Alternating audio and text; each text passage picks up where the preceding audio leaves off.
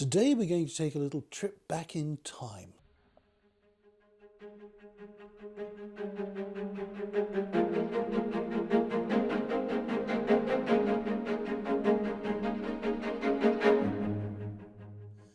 Just imagine that you're a wealthy gentleman in the 1760s during the reign of George III.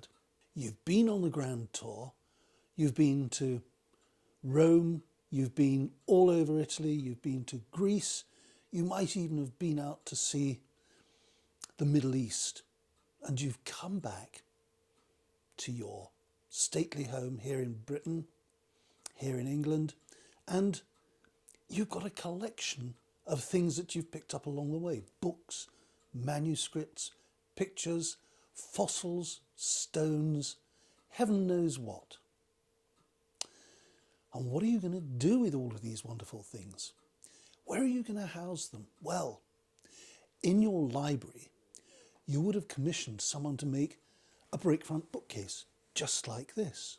And then you could house all these wonderful things in your bookcase. This one dates from the 1760s. It's executed in the most gorgeous mahogany. You can see it's all highly figured, very lovely grain, and it's 8'7" high and about the same wide. The mahogany is cross-banded and you have 4 doors across the top. The shelves are all adjustable so that you might have some big pieces, some smaller pieces, some large books, some folios, and you could have them different heights. And in fact, in the centre, there is a central divide as well, so that even here and there, you could adjust them differently. But it gets better, because this bookcase is very special. It's a very fine quality piece. It must have been made for a very substantial home. And when you've got all your bits and pieces in the top, wouldn't it be great if you could just sit there and write about them?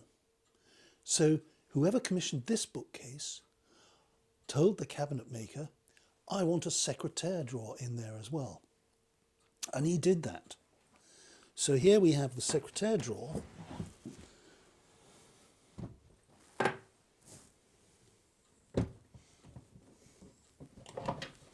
which you could sit and write at, and very pretty it is too. Beautifully made. You know that it's going to be wonderfully dovetailed front and back in all these little drawers. And here's the thing, because you would want to sit at this writing drawer and write, it means that it has to be at a particular height, because you've got to be able to get a chair or stool under it and sit at it. And because that means that the height of this has to be higher than you might expect, in order to have the right proportions, the whole bookcase has to be taller than you might find in a lesser piece. And then we have signs of quality, like the handles that you see on this piece.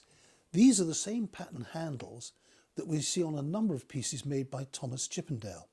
There are lots of pieces up in Dumfries House, which was one of his major projects, with exactly the same handles as you see here on this bookcase. Its Chippendale period, the 1760s, were probably the high point of Chippendale's career as a cabinet maker, as a supplier of furniture, mirrors, picture frames and so on. But it gets better. When we look at all of these drawers, they're graduated all the way down, and again they all run smoothly, and we know that they're beautifully dovetailed again, as with the internal drawers, dovetailed front and back, beautifully made and running smoothly. And it stands on a plinth base there, and it is a wonderful piece. It's housing at the moment mostly my reference library on antiques, antique furniture, porcelain, glass, clocks, books on fine English furniture of the 18th century, Percy McCoyd's volumes, and so on.